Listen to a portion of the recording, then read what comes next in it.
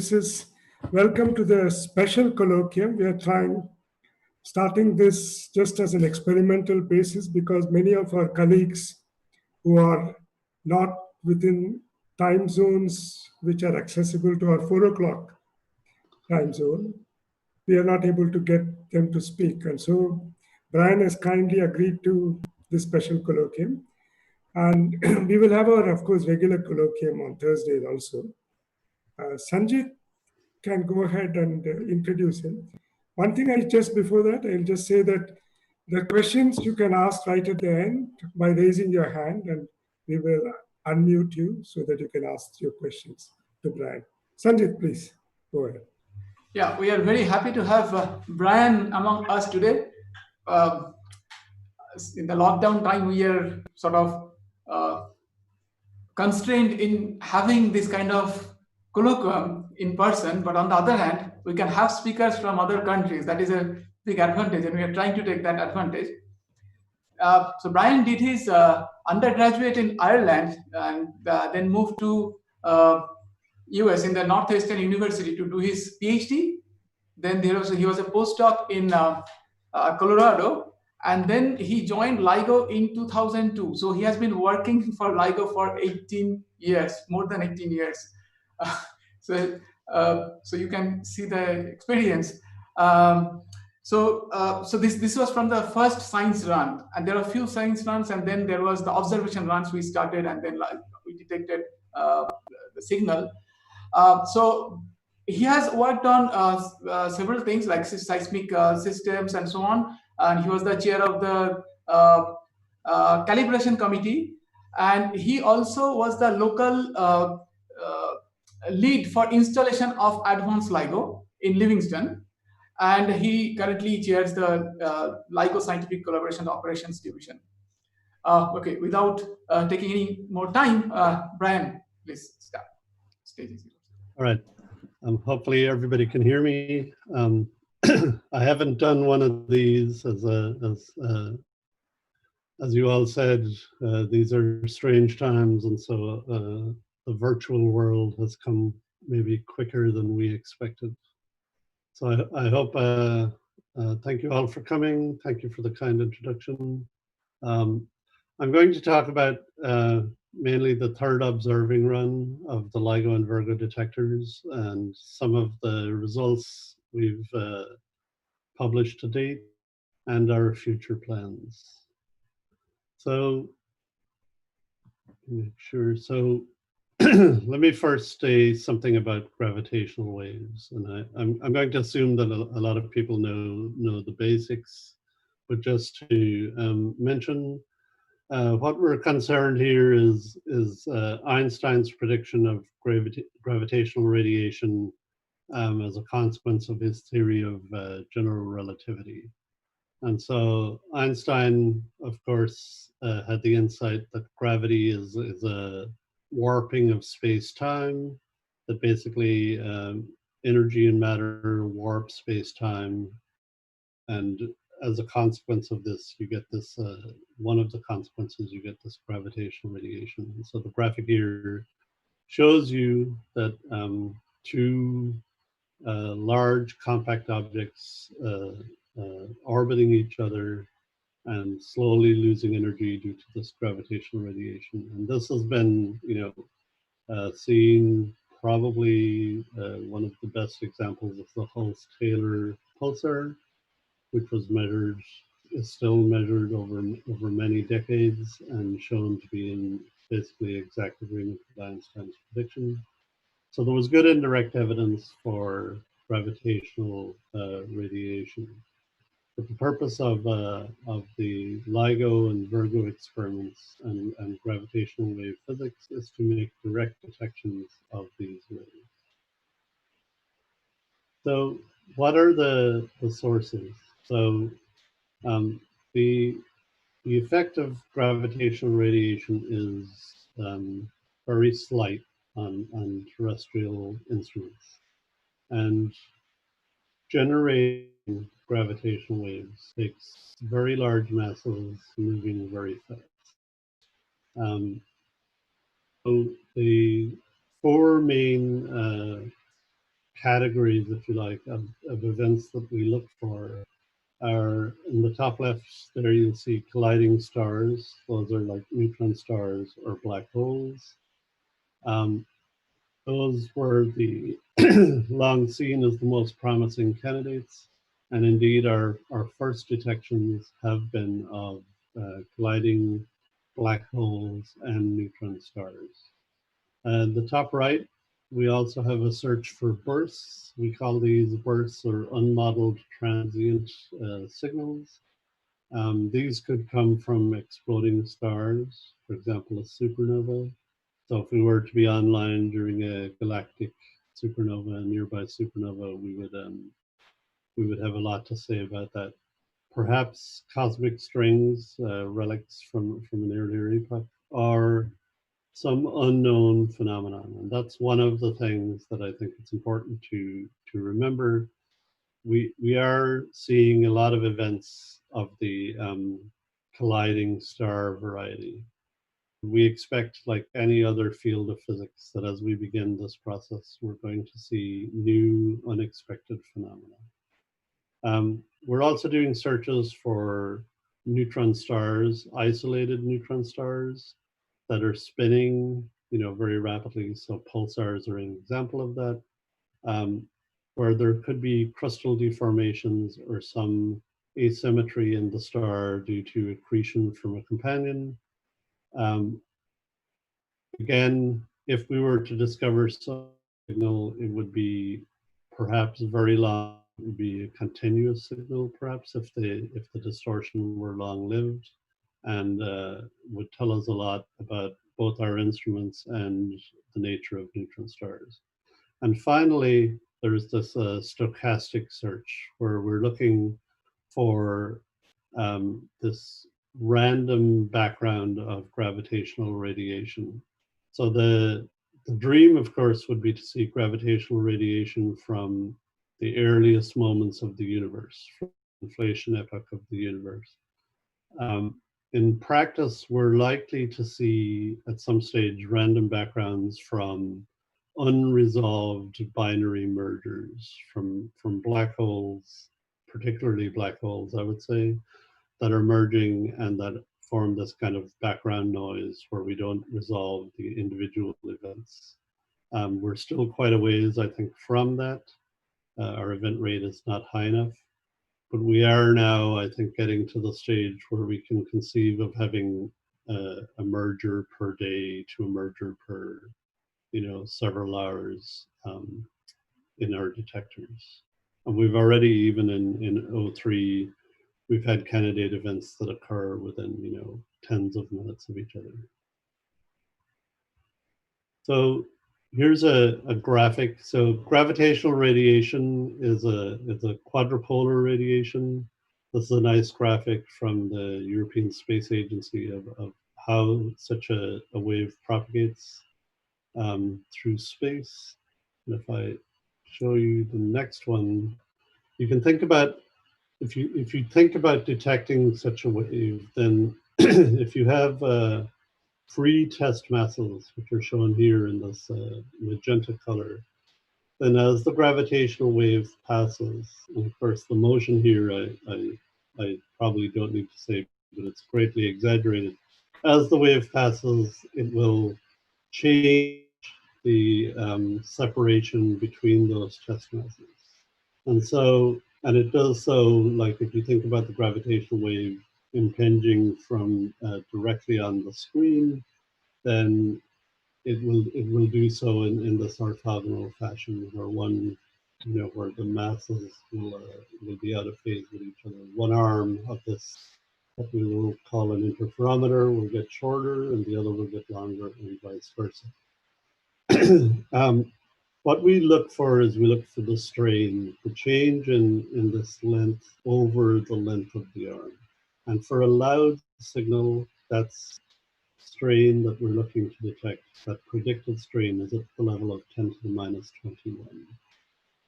For something like the LIGO interferometers, where the arm length is 4 kilometers, that means we're looking at displacements on the order of 10 to the minus 18 meters. So very, very small, about 1,000 to 10,000 times smaller than the diameter of a proton, for example.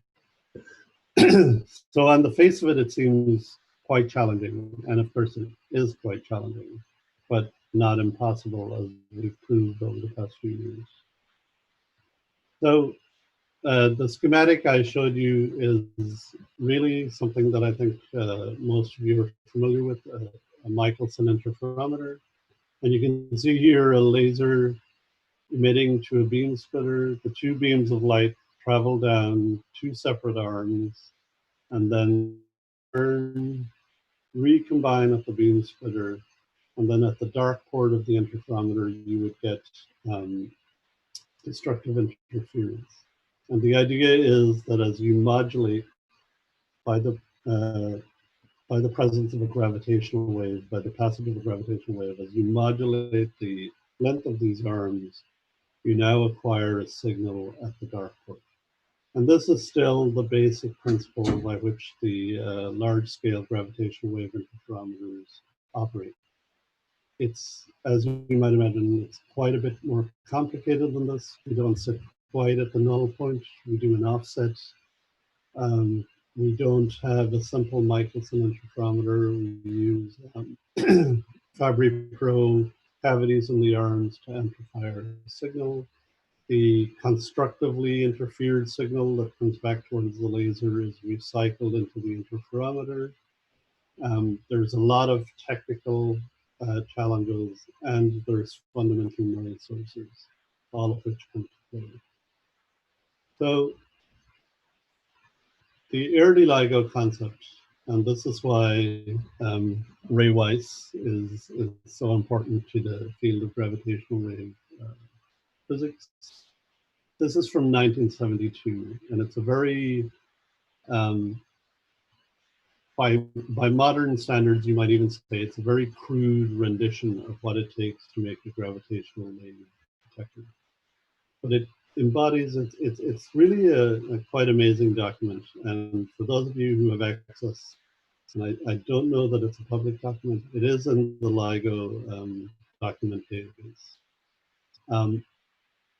These are basically the principles of how you would detect gravitational waves. And even more importantly and presciently, it talks about some of the noise sources and some of the technical challenges you will have to overcome.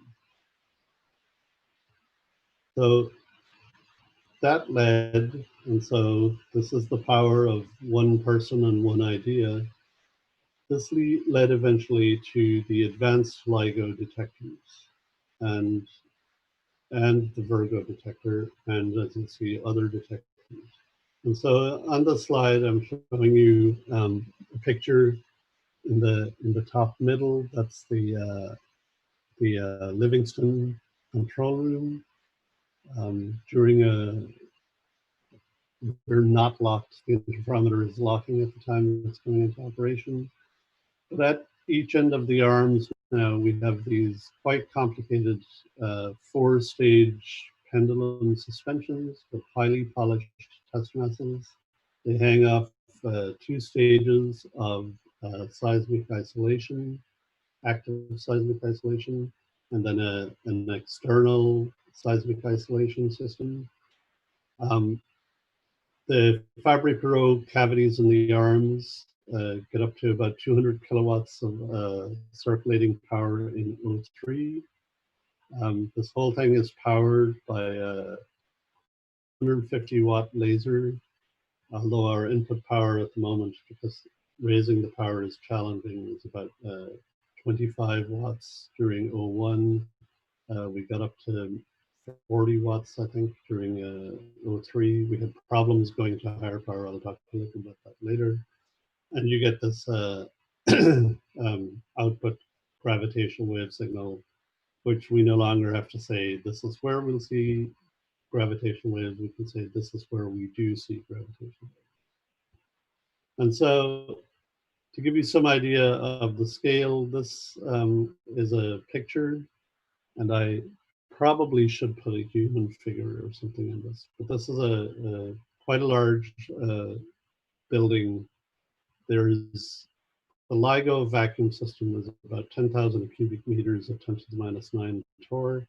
The center chamber there contains the beam splitter. And then on the right is ITM-Y and on the left is ITM-X. And that's the scale of the system that contains these objects. And you can see some pictures later of people working in these chambers, which will give you a sense of the size. There's 2 LIGO detectors. The top left is an aerial view of the LIGO Livingston Observatory where I work. Well, right now I work from home, but I don't have a picture of my house on here. But like most of you, I think working from home these days. The site is slowly coming back to life as we ease restrictions. On the top right is the LIGO Hanford Observatory, which is coming back a little slower due to local conditions there. On the bottom left is the Virgo detector that has 3-kilometer arms. It has quite a different seismic isolation system than the LIGO interferometers. It's near Pisa in Italy, and they're a full participant in the observing runs. They joined O2 in August of 2017 in time for some of the most remarkable discoveries we've made. And they were full participant in O3 and will be full participant in O4. And then on the bottom right is the newest member of the network, the Kagra detector in Japan. And they made a good effort to get to sensitivity to join O3.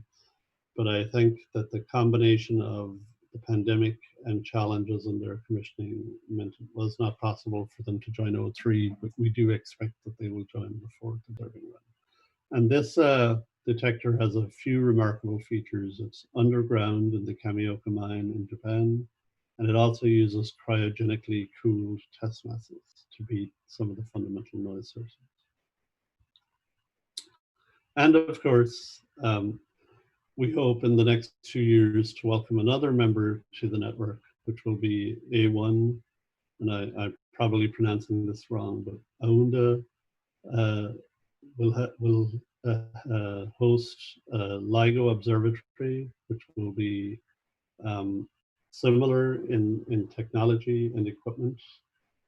It actually will use equipment that was originally built for the 2nd interferometer at Hanford, but we elected to build a detector in India and take advantage of the triangulation that such a detector would provide to really localize signals.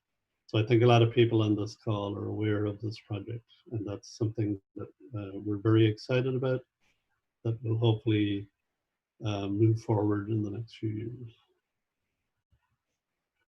So I'm a member of the LIGO Scientific Collaboration. It's a large collaboration. It's I think maybe around 1,200 members now, over 100 institutions. And we do science, as I said, with the LIGO Scientific Collaboration and the Virgo Collaboration. And soon we will also add the Kagra collaboration, hopefully for the 4th observing run. So let me talk a little bit about the 3rd observing run. So the run began on April 1st, 2019. We had a 1-month commissioning break in October. And so typically what will happen in these runs is we'll have an engineering run. You know, there'll be a lot of work getting new equipment installed and commissioned. Then we'll have an engineering run to just get everything nailed down and operating properly. So that you can see that on the left, was actually our 4th engineering run. So we have quite a few of these. And then we have an observing run. And as we do the observing run, we set aside some time for commissioning and investigations every week, where the commissioners continue to try to improve aspects of the detectors. And they'll build up a set of changes that they would like to make that are invasive enough that we actually take a break. This also allows the analysts to analyze that set of data separately. And so that O3A data is on a separate release track from the later O3B data. So we had the commissioning break, and then O3B, which should have gone for another 6 months, but it was the run was suspended on March 27th due to the pandemic, mainly for concerns for the health and safety of the staff. The detectors were running quite well. There was no technical reason to stop. And then we left open the possibility of restarting the run. But on June 18th, the decision was made to end the O3 run and not pursue resumption of operations, but instead pursue detector improvements and plans for upgrades and preparations for O4. And that's where we are right now. We're slowly bringing the detectors back at all 3 sites. At CAGRA, they have been commissioning, and I should have modified. There was in the CAGRA schedule recently, they did a short observing run along with the GEO detector in Germany. It's the GEO 600 detector. It's a lot less sensitive than the LIGO and Virgo interferometers, but it stays on a very high duty factor, especially when we are in this dead period where there's no other detectors on the sky. And so this is quite useful if we were to have some dramatic local event, such as a supernova, that we would at least have some eye on the sky and be able to say something about that, that event. CAGRA has reached a range of about 1 megaparsec. For contrast, the LIGO detectors are both sensitive to neutron star emergers at the range of about 100 megaparsecs. So they still have a ways to go to be competitive with the other detectors, but they have some time now before O4 to make that. So the performance, so here you can see, so this binary neutron star in spiral range, you can think of it as the average distance at which we would see binary neutron star, like 2 1.4 solar mass neutron stars coalescing. So depending on their orientation with respect to the detectors, the signal is stronger or weaker. So the horizon is actually about a factor of 2.3 larger than this, that if a perfectly oriented neutron star and spiral were to happen, you would see it at a greater distance. The Virgo sensitivity is in this 40 to 50 megaparsec range. LIGO Hanford was about 110 to 120, and then the Livingston detector was in the 130 to 140 range for most of O3A. And one of the things that really paid off a lot of work on stability of the detectors and operating stably with a high duty factor. And so the duty factor for all 3 detectors was over 70% in observing, almost 76%, around 76% for Livingston and Virgo. Some technical problems reduced H1's duty factor, but you'll see in O3B that improved as well. But one of the really nice things is that the amount of time that we had no interferometer on sky was about 3% for the entire O3A.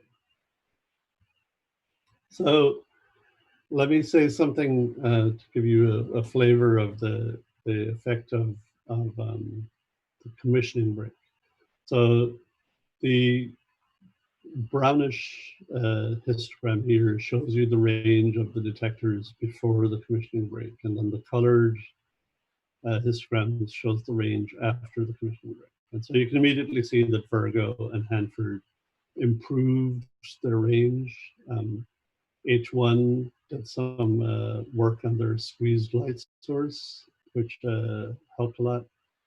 Virgo replaced some photodetectors with higher efficiency photodetectors and did some other work on their optics and sensors, which improved their range. But Livingston's range actually got a little bit worse. We recovered some of that range by tuning the squeezed light source better. But the thing that limited our range is that we have point absorbers on the optics. We believe that they arise during the manufacturing process and that they're metallic contaminants. And so what happens is you get some small contaminant on the highly reflective surface of the optic. And then you hit that with the 200 kilowatts of light in the arm cavity, and it, causes this distortion on the surface. And eventually, in some of these cases, we've seen it craters this highly polished surface of the test mass, and that just increases the loss in the arm cavity. And so you get a thermal lens, you get a surface deformation, and it interferes with the power buildup in the detector, which directly affects the sensitivity. Effectively, it means that you put more power in and you get less sensitivity. So on the left is what the end test mass at the Y end in Livingston looked like before the October commissioning. And then after we'd been in chamber and done some cleaning and added some other baffles to control stray light. Somehow in that process, and I don't think we understand this fully, we activated some more point absorbers. And so our losses got a little bit worse. And there's a lot of activity still in progress to understand these point absorbers, to see if we can mitigate them using various techniques. And eventually what we want to do is we want to replace the end test masses at both Hanford and Livingston to fix this problem, fix it at the manufacturing level. Now there is a plan to have new test masses with new coatings for the A+ upgrade, but that's for 05, the 5th observing run. So for the 4th observing run, we're hoping to have new test masses in place of the current variety, if you like, with the current coatings. And so there's absorbers on the ETMs, the end test masses at the end of the arms and at the input test masses. And this is just a nice graph. The dots are the detected arm power from the transmission. So it's the small few parts per million of light that go through the test masses at the ends of the arms. And at the x-axis is the power into the power recycling mirror. So this is you can think of it essentially as the power into the detector. And you can see as you go above 25 watts, you're no longer increasing, you're not getting this linear increase in arm power. So you're putting more power in and you're basically plateauing in the power in the arms. And so, like as I said, there's investigations going on to fix this, but eventually we want to run at much higher powers, so we can't do that while we have this problem in the test method. A couple of other things I'll mention briefly is that we put all of these shiny metal, very clean structures in the vacuum to detect gravitational waves. But one of the problems that we've had is that these structures vibrate. Sometimes light scatters out of the main beam, hits these vibrating surfaces and acquires a phase change and then scatters back into the main beam. And so now you have a source of noise, scattered noise from this. The way we mitigate this, aside from trying to make everything quieter vibrationally, is, and you'll see in the bottom left, there's these black, I'll put my mouse over it, you can see. You basically, what we call baffles, you put this anodized aluminum covers over everything that absorb the infrared light, and so really reduce the amplitude of the scattered light and reduce this noise. And here's a picture taken by Anna Maria Effler at Livingston. you can see this is the YN test mass during full lock of the interferometer. And you can see that it's quite bright in here. There's like lots of, arrows pointing to bright spots where scattered light has. And then on the right-hand side here, you can see again where we've covered this transmission monitor, this TMS. We've basically encased it in this black shroud to cut down on this stray light. The other thing we've done, which is kind of novel, which started during the commissioning break and extended a little bit beyond it, was to install wind fences at LIGO Hanford. So they get very high winds at Hanford. This top graph here shows you that the wind speed measured at the ends and at the center, at the vertex, are basically the same. And then after the installation of the wind fences at the ends, you can see that the wind speed at the ends is much lower than at the corner. Why do we care? When the wind pushes on the building or it excites waves in the ground, it causes a tilt signal, and that confuses our seismometer, which we use to seismically isolate the test masses. And so it causes noise. It also causes angular fluctuations in the optics, which causes us to lose locks. So it contributes significantly to the downtime of the detector. So our hope is that by doing this, we'll get better uptime and better isolation. So we'll have a quieter instrument that runs more often. So just to remind you, this is the performance during O3A, and then O3B are duty factors actually went up slightly. And this is actually pretty remarkable because the winter months in the northern hemisphere, are typically more challenging because there's more storms, there's more ocean storms, which cause something called microseismic noise. So again, our no interferometer time was about 3.5%, but we had 3 interferometers on sky over 50% of the time. So the O3B performance in many ways was better than the O3A performance, slightly better, which was nice. One of the things we do during the science run is we produce, we call them public alerts, where we send out, and I'll talk a little bit more about this in a minute, we send out quite quickly as we can. We run analysis pipelines in real time on the data as it's collected and calibrated to identify candidate mergers of neutron stars and black holes. And then we go through this process where we generate, using the gamma ray coordinates network, we generate a circular if we see something interesting so that observers can follow up. So on this graph, you'll see up till O2, these are the 11 events that are in the GWTC1 catalog. There's 10 black holes and 1 neutron star merger, which I think most of you have probably heard of, that are previously published. And then for O3A and O3B, what you're seeing here are these candidates. So these are not all detections. These are candidate detections, which we identified in low latency. We don't identify every event in low latency, and not every event that we identify in low latency is guaranteed to survive to publication. But you can see this, 33 alerts in O3A, 23 in O3B, and then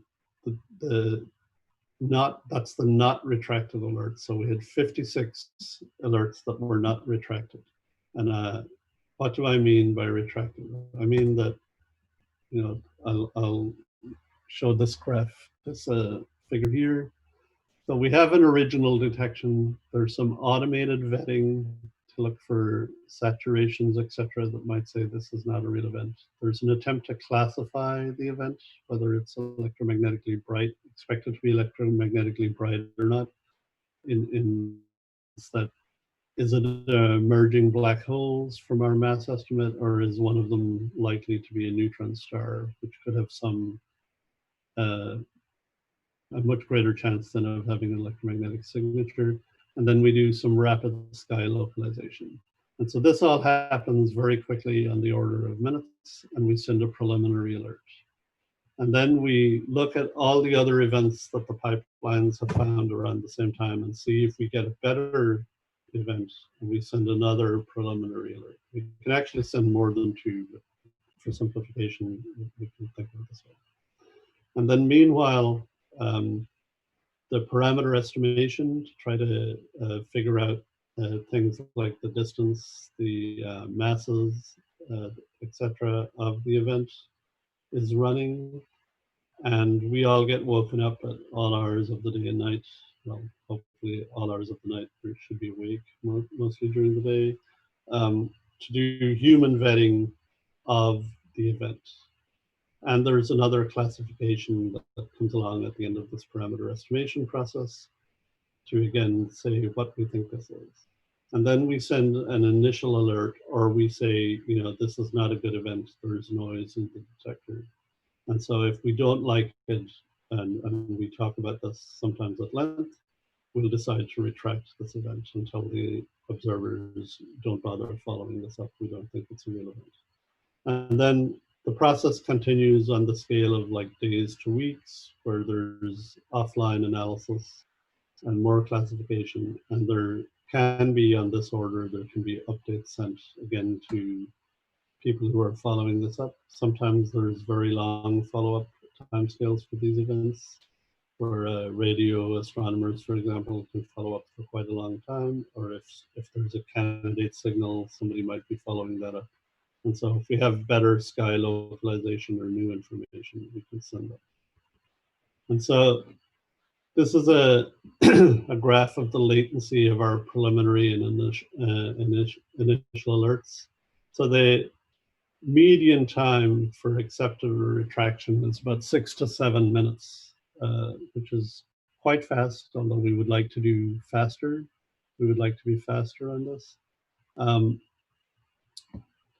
Towards the end of the run, we were doing quite well. There's a couple of outliers from code changes.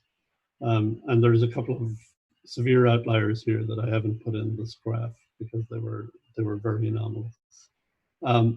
The initial alerts, which has the human vetting, our median time for retracting something was 20 minutes, although, you know, we do have some very long timescales for retraction here. And the median time where we told the astronomers we've looked at this and we think it's real is 40 minutes. We're actually hoping in 04 to even institute something where we will do something called an early warning, where we will actually notify the astronomers in advance that that we expect there to be a merger. So we will look at the, we will detect the in-spiral of a neutron star. This is typically going to be some low mass object. The black hole mergers are too quick. So neutron star merger can be in band for, you know, tens, hundreds of seconds. So if we see a signal and detect that early in-spiral phase, we will try to rapidly issue an alert. And then we will actually have the alert out there before we have the merger, so that there's some chance that robotic telescopes can slew to the area of sky and look for the prompt electromagnetic signature at merger time. That's in development. It was supposed to be tested at the end of 03. That was one of the casualties of the suspension of the 03 run, that we didn't get to test that with real data. I'll just do a little bit of an advertisement here. One of the big successes of the 03 run was that we introduced a squeezed light source at both detectors, Virgo also, and a squeezed light, injected squeezed light. And so there's two nice papers here. I think one in PRL and one in Nature, that if you're interested, you can look at this performance. I think one of the most remarkable things is we look at the difference between the black and the green line here is that you get this very nice gain in sensitivity, and you get almost no injected noise. There's some injected noise at low frequencies due to radiation pressure. That's something that is planned to be fixed in 04. All right, so let me talk a little bit about results from 03. So the 03 analysis of the 03A data is very mature at this stage. And so we're I would say on the threshold, but the threshold could be weeks to months of producing an update to our catalog with events from 03A and some papers on exceptional events. But I'm just going to talk about, and some of you may have seen these already. I'm going to talk about the publications we have so far. So specifically, we've had GW 1904-25, which is another neutron star merger. GW 1904-12, which is a binary black hole coalescence, but they with very asymmetric masses. And then this very interesting GW 1908-14, which is the coalescence between a 23 solar mass black hole with a 2.6 solar mass compact object. And I'll talk a little bit more about that in the next few slides. So 1904-25 was seen by L1 and a very low SNR in V1. So the way we usually say this is that it was detected in L1 and you're not really detecting it in the Virgo detector with the slow signal to noise, but you can use the Virgo information for parameter estimation and localization. The false alarm rate was 1 in 69,000 years. Because it's mainly a single detector, the sky localization, which you can see here, is very poor. It's over 8,000 square degrees. For comparison, the Binary Neutron Star 1708-17 merger that we detected had a localized area at the end of about 28 square degrees. And this might actually have gotten even better, more offline analysis. The distance of this neutron star merger was about 160 megaparsecs, with considerably large errors, again, because it's one detector. In comparison, 1708-17 was 40 megaparsecs away. So it was mainly seen by one detector, much more distant, and then no electromagnetic counterpart. In contrast to 1708-17, there were still over 100 circulars associated with this event from electromagnetic observers following up and trying to see if they could see signal. There was one weak GRB. They had 2 pulses a few seconds after the event by interval. There's a reference here, but that's not considered strong evidence because there was no optical infrared, etc. signal seen in association with that. So the most likely explanation for the event is that it's 2 neutron stars merging. The component masses are consistent with the masses of with the measurements that we know of neutron systems, of neutron stars in binary systems. But we can't rule out that one or both components could be black holes. And this is where there's still a considerable amount of uncertainty, is where this neutron star phase ends and the black hole phase begins. And there'll be more mention of that later. The total system mass, like the total mass of whatever this merged object at the end is not consistent. So there's this orange curve is the low spin posterior, where you assume that there's very low spin in the components, and this blue one is the high spin. But you can see this is a kind of an ensemble of galactic binary neutron star. The total masses of those systems And you can see they're clearly inconsistent. So this is a very different system, and the detection process was quite different from 1708, 17, as I said, because we didn't have the full network online. So there's lots of questions about the system and about, the evolution and origin of a system like this. This is the sort of thing, as we go forward and see more neutron star mergers, we'll be able to, really shed light on whether there's new populations of events that we haven't seen before by studying galactic BNS systems. GW 190412. I should mention that that this is 2019-04, which is April, so April 12th, 2019. Growing up in Ireland, I always have to do some mental trickery because the order of month and day is different in the United States and elsewhere. And I believe India probably also has that reversed. So that's how we are labeling these events: year, month, day. So this was a very nice event that was seen in all three detectors, Hanford, Livingston, and Virgo, with decent, so this really is what we would call a detection. It's low SNR in Virgo. Virgo has less sensitivity than the LIGO detectors, but that's still a real detection. It had a very good sky localization. The 90% probability area for localization was 156 degrees. And the false alarm rate was like 1 in 100,000 years. So a very clear, and this is a very clear chirp, like this classic chirp of the in spiral followed by the merger. So why did we decide to publish a paper of this event on its own?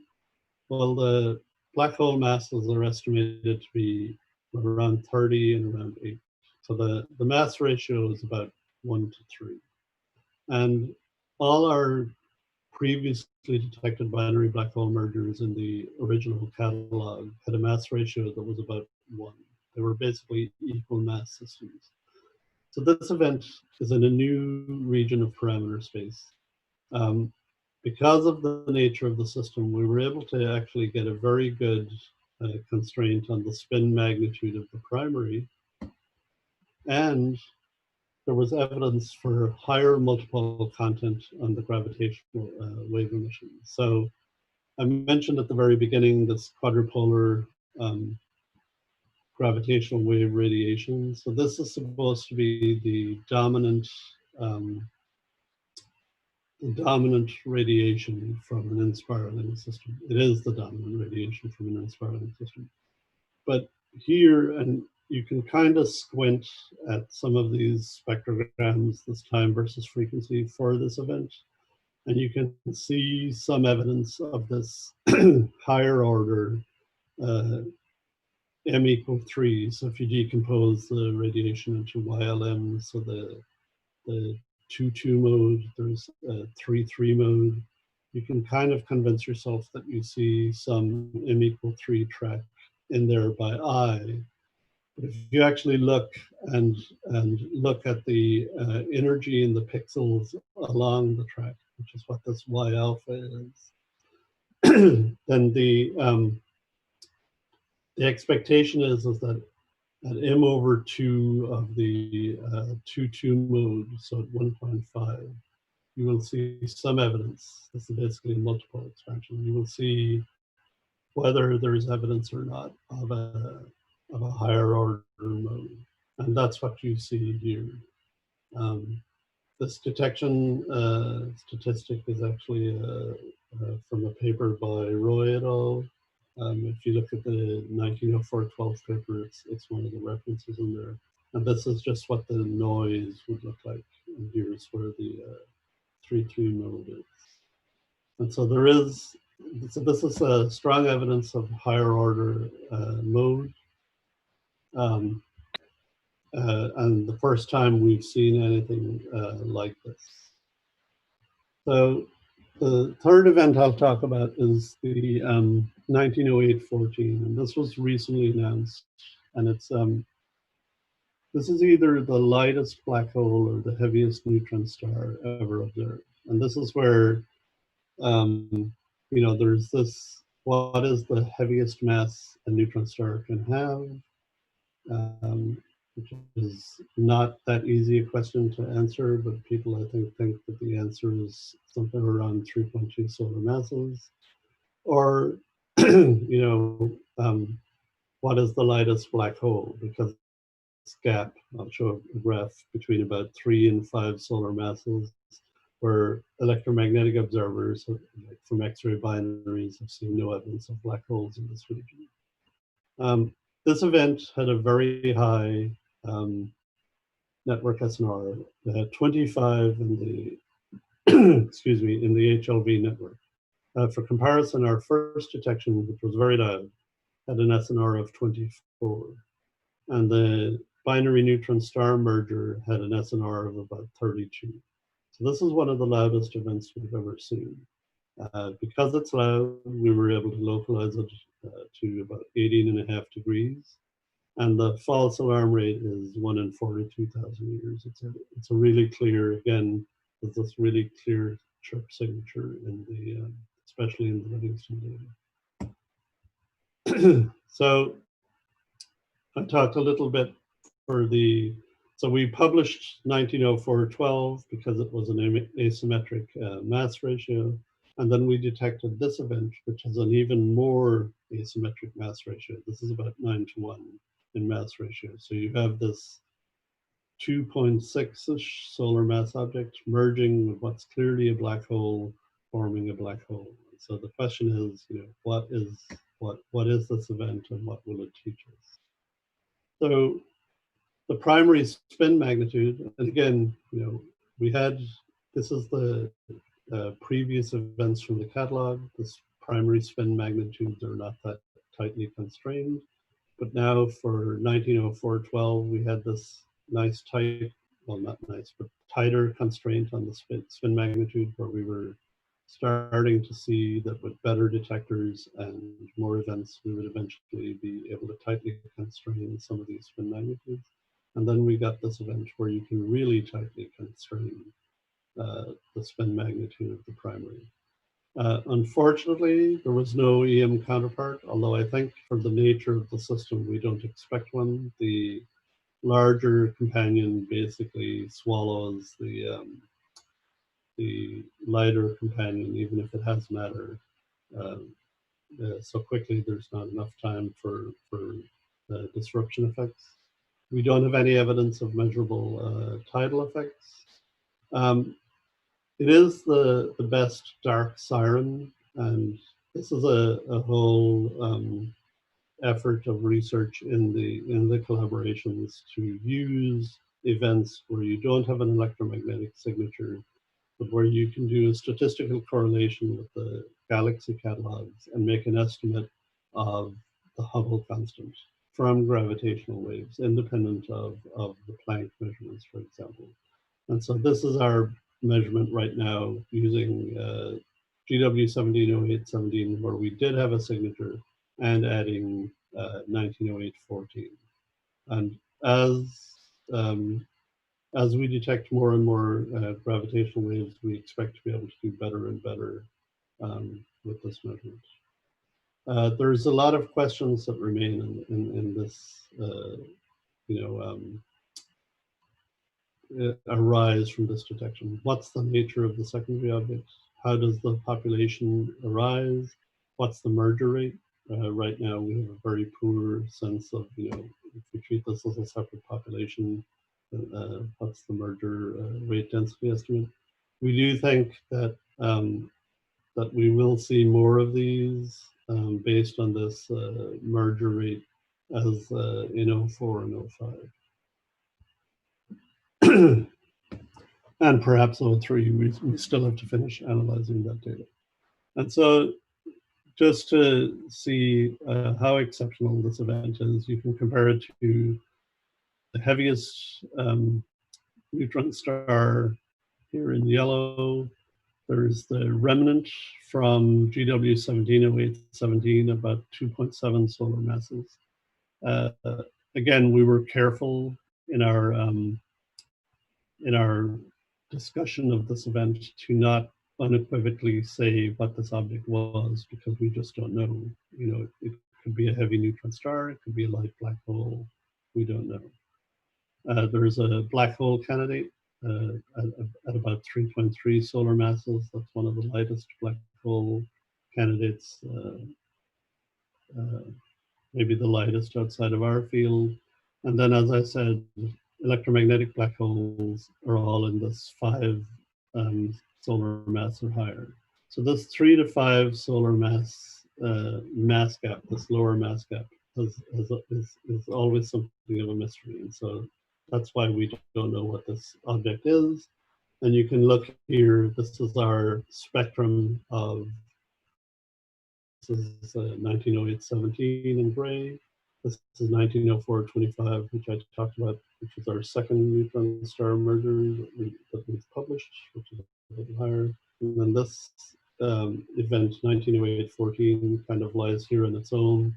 It's not consistent with any of the lighter companions that we've seen in the mergers in our catalog. Let me see how I'm doing. All right, I should probably move a little quickly. GW 1908-14 also has the strongest evidence for higher order multiples that we've ever detected. So you can see the signal to noise in the 3-3 mode for this one is very high. The dotted line is the noise.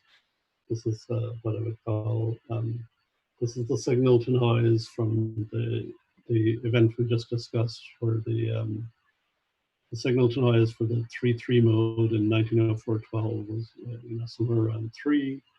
This is over 6. And so, this, I'll compare this plot that we had before of this higher order multiple, and you can see it's clearly defined for 1908-14. One of the nice things, there's many nice things that come from this in the parameter estimation. One of the nice things is that it can break this degeneracy between the inclination of the source, how the plane of the orbit is angled with respect to the line of sight from the detector, and the distance to the source. And so that degeneracy kind of constrains what you can do for things like a Hubble measurement, and having this higher order multiple helps break that degeneracy and get a very good distance estimate and a much better localization. So this is a graphic that we've shown for the initial era with the gravitational wave catalog. The blue circles here are LIGO-Virgo black hole detections. This one here that's highlighted, this is 1908-14. We have our neutron star detections down here, and then these yellow ones are the electromagnetically detected neutron stars. And so you can see that,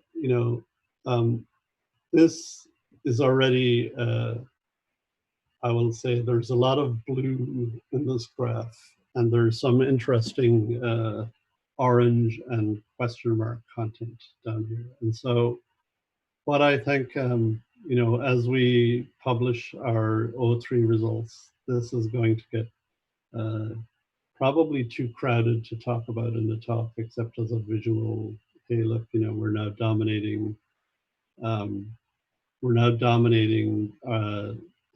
knowledge or the number of objects in this kind of 80 solar mass or less, this this stellar mass black hole graph. And we'll be telling the world, the community, more about neutron stars. And so I expect this to get a lot busier in the next few minutes. Okay, so let me just say, because I'm almost at the end of my time, just a few quick words about the future, but I'm not going to talk about the distant future. So this is from our what we call our observing scenarios document. I should have put a reference. It's the prospect for observing and localizing gravitational wave transients. That's in the Living Reviews of Relativity. And so we've finished O3. We had hoped to have Kagura join O3, but that didn't happen. So the next update of this in some form will show that. But then for O4, we expect that the LIGO detectors will have a range somewhere in this 160 to 190 megaparsec range. So it's not going to be like a factor of 10 above O3. Virgo will improve significantly, mainly by the addition of signal recycling. And then Kagura, as I said, their commissioning is making great strides. Somewhere in here, we don't know exactly where they'll fall, but they should at least, we hope they'll be comparable to Virgo, maybe even comparable to the LIGO detectors in O3. And so this O4 should be a very exciting run. And then forward from that, this O5 will have the A+ upgrade, which will have frequency, well, there'll be frequency dependent squeezing here in both LIGO and Virgo, but they'll also have better coding on the test masses, so lower thermal noise and higher input power and more improvements. And so we may get to, our target is to get to about 330 megaparsecs. So that's considerably, beyond where we are today. So that really will give us that, excuse me, factor of 10 or so in rate.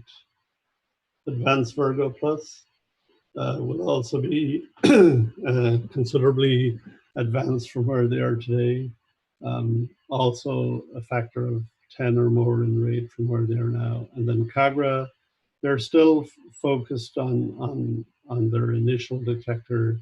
So they haven't really begun the discussion yet of what upgrades they might do. And then at the edge of the plot is this prospect of LIGO India joining perhaps 2026 timeframe. The edges here are shaded for uncertainty in all of this. Joining with A+ LIGO technology and sensitivity, so comparable to the LIGO detectors in the United States. So these are noise that just basically shows the same as the evolution of the sensitivity over time for the what will be the four detector network. The LIGO detector improvements that we're looking at, we're trying to double the laser power, so basically get 400 kilowatts in the arm cavities. That will require fixing the point absorber issue, and we would have to replace the test masses. At least one bad test mass in the input at Hanford and new ETMs. And then we want to do this enhanced squeezing, where we have a long filter cavity. What this does is that as you reduce the shot noise due to squeezing, you can increase the radiation pressure noise, but you can rotate the phase of the squeezing with a filter cavity and get frequency dependent squeezing. We want to add a low loss Faraday isolator at the output, some active wavefront control to mode match the squeezer to the interferometer. We want to do improved stray light control. I think that will be a constant theme in the years ahead, is to reduce the scattered light noise to damp as many stray beams as we can. And then there's resonances of the test masses. There's bounce and roll modes of the beam splitter, but there's also these what we call violin modes of the test mass, the fibers from which the test mass hangs, that we are looking to damp using tune mass dampers. We've used these very effectively to damp other modes of the test masses. It's been a real winner in terms of duty factor, and so we're going to do more of that. And then we're looking at more automation to recover faster from loss losses and get more science that way. And so this is a schematic of things that are going to happen for O4. The dark shaded things are not going to happen until O5. And so, without point absorbers, this filter cavity tube, for those of you who know the layout of the LIGO detectors, we're basically putting in another ham chamber beside ham 5. This will be ham 7. And then the filter cavity will actually run through the ITMX beam splitter chamber, or BSC,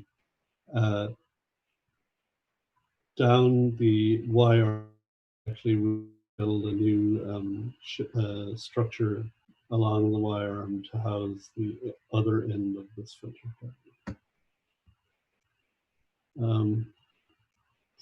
Okay, so to summarize, O3 was a very successful observing run. It was unfortunately cut short. We're almost 5 years after the initial direct detection of gravitational waves, and we're on the threshold of having tens of detected events. I think it's unsurprising that many of these events raise as many questions as they help answer. It's clear now that with more sensitive detectors, that will give us more and higher signal to noise detectors. So we'll have detections. So we'll have more loud events. So we'll have more physics. We'll have better tests of general relativity. All our events so far have general relativity, I should say, has passed all the tests that we've imposed based on our events so far. We'll have measurements of the Hubble constant. We'll have insight into the formation process of these black holes and neutron stars and other objects, perhaps, polarization, etc. And so I think the lesson is that we're still very much in the discovery phase of GW astronomy. And so finally, to finish, there's this very nice visualization of 1908-14, which I'm going to show, which shows the various radiation as the merger proceeds. It's from the Max Planck Institute in Germany. Some of you may have seen it. And I think it's about 1.5 minutes long, but I'm just going to play it and people can watch it, and we can open the floor to questions. Thank you. Well, thank you very much, Brian. Do you want the animation to go on while people are asking questions, or do you want it to finish? No, I was just going to let it run and people could ask questions. Yes, so yes, people can just raise their hand in Zoom and get on to the questions, please. Any questions for Brian? Yes, Tarun, you can unmute your mic. And hi, Brian. Thanks for the nice talk. This is Tarun Sarudi. I was quite intrigued by the H0 measurement that you showed. Just wanted to understand the asymmetric error bars around it. So there is almost a factor of 2.5 larger, sigma on the upper end than the lower one. Is that intrinsic to the methodology, or was it just happens to be for the case? I mean, the posterior has a much longer tail to the higher values, right? Yeah, I don't actually know for sure, but if I were to guess, I would say it's probably related to the, because you're doing the statistical comparison to the galaxy catalog. And I think the further distance has more uncertainty, right? It's a larger volume and it's probably more incomplete. But I don't actually know why it's asymmetric like that. Okay, thank you. So that's a guess, but I would have to look again at that paper. Thanks. yes, other questions for Brian? Okay, I cannot hand up, so I will. Yes, you can, please, Sanjit, you're the boss. Yes, go ahead. Because when you are the host, you cannot hand up. So Yes, okay, yes. I'll just ask the question. So Brian, about the scattered light problem. So you showed the measurements that people took pictures of the scattered light and then came up with a fix.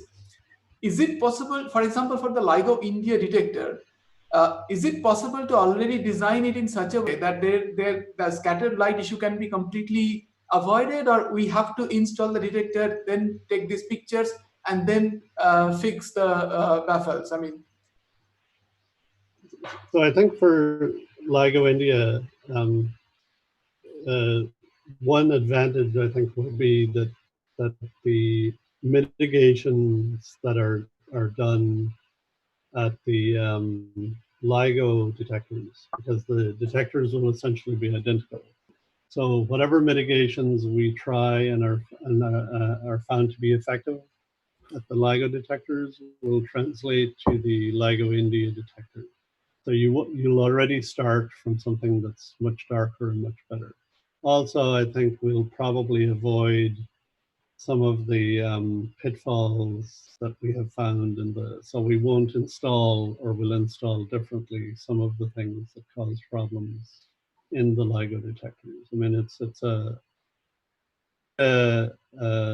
lot of work to go into the system and change things, and you're somewhat restricted in what you can change. So there's a lot of information still being collected. Even now, as the Livingston detector comes back, people are looking at resonances in some of the structures that were installed in the current detector that might be contributing to scattering. So I think that on that, so on the one hand, I think there will be, that LIGO India will immediately start off in a much better place in terms of scattered light. I think as the sensitivity of the detectors increases, so does the sensitivity of the amount of stray light that you're, the threshold for the amount of stray light that you're sensitive to also changes. So you're now much more sensitive to stray beams that you weren't sensitive to before. So I think it'll be an ongoing kind of a whack-a-mole game of finding the worst offenders and getting rid of those, and then trying to find the next worst offenders. And it you know, in the great scheme of things, it might be very difficult to completely eliminate scattered light. So the best you can hope for is probably to mitigate it down to your fundamental noise floor. Which, well, that would effectively be getting rid of it, but down as close as you can to your fundamental noise floor, or down to where your control noise is limited. Is that okay, Sanjit? Or yeah, I think it answers the question. Yeah. yes. Any other questions for Brian, please?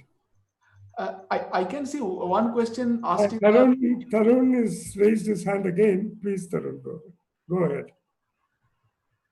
Okay. Brian had just a related question. I mean, when LIGO was set up, the internal walls of the vacuum infrastructure was not coated for good reasons, that it will contaminate the vacuum. I was just wondering if you had any sense if technology has evolved such that one can, do some coating or treatment of the inner walls, which reduces scattering, but does not have the problem of flaking and kind of the other problems of that you feared in doing that for the LIGO detector. Yeah, so the inner walls of the chambers and the tubes did form an oxide layer, and we spent quite a bit of effort between initial and an advanced LIGO scrubbing off that oxide layer, because we were concerned that it was causing particulate contamination, which would really affect the performance of the instrument. For example, if you get particulate contamination on the surface of the optics, it will cause a lot of scattering. I know people have talked about, I mean, a lot of the stuff that you see, for example, the shroud here is an anodized surface. And so people did talk about that in terms of some of the brighter, for our detector, when it's built already, we just cover it with anodized material, like I think you can see here at this periscope, this circular piece here is being bolted onto an existing shinier piece of metal, if you like. But I don't actually know if the manufacturing process allows you to anodize at the beginning. I know people have talked about it, but whether you could actually coat or anodize the complete interior, I think there's some plan for LIGO India to do something to reduce this oxide layer so that you don't have the same problem that we had at LIGO, at least from the particulate contamination perspective. I think it's only natural to hope that whatever that process is would also have an absorbing coating to reduce scattered light. Okay. Is there anybody else who wants to ask something? There is a question on YouTube Live. I see that. Yeah, please, Sanjit, go ahead. Yes. Yeah. Somebody is asking that in case of Kagra detector, how do we overcome the disturbance due to earthquakes? This is from Swarangi Saraf. Yeah, so earthquakes are so in essence, I would say one thing with earthquakes is that if they're big enough, then you cannot do anything about it. They will disrupt the operation of the detector. What we've done at LIGO and Virgo is that we try to detect or get early warning of earthquakes that are going to disrupt the performance of the detector, and then transition to a more robust mode where we stop trying to detect gravitational waves, but we try to keep the cavities on resonance so that once the large amplitude of the earthquake passes, we can go back to observing without a large loss of time. I imagine Kagra will do something similar.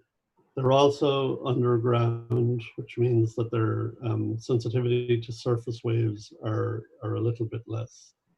But I do know that they that they recently, I mean, you know, Japan is a seismically active region on the Pacific Rim, and they've recently been hit by several large nearby earthquakes, and that did cause some damage. So basically, it's a twofold process. I think one, you try to make sure that your suspensions, especially, are safe from large amplitude motion. For example, in LIGO, we use mechanical stops to prevent the optics from moving too far if the ground motion gets too high. And then we do this mitigation. I think if an earthquake is really nearby and really large, then you just have to rely on that and recover afterwards and hope that nothing gets broken. If they're distant earthquakes, you can try to go into the safe mode and ride out the earthquake and not lose observing time. But I think the main issue is to preserve the detector functionality. Now, if you get some, you know, large 1 in 100, 1 in 1,000 year type earthquake, then I think there your concerns will be, you know, safety of people and local area first, and then the detector second. But I don't know that we know.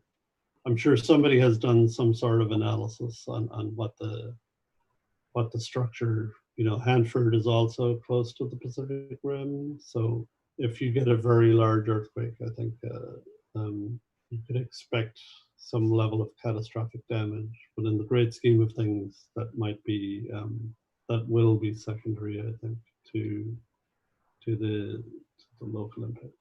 You're not, you know, people are going to be worried about local population more than getting the gravitational wave detector back on. Okay, thank you. And I think, thank you very much, Brian, for this wonderful talk. And it was all, I think, also Sanjit's efforts to get you here. Probably it will be good when you come here next and talk in live. Sanjit, do you have anything to say? Oh, thanks a lot. I mean, Brian is right now very busy, and then he could make this time for us. It's very nice.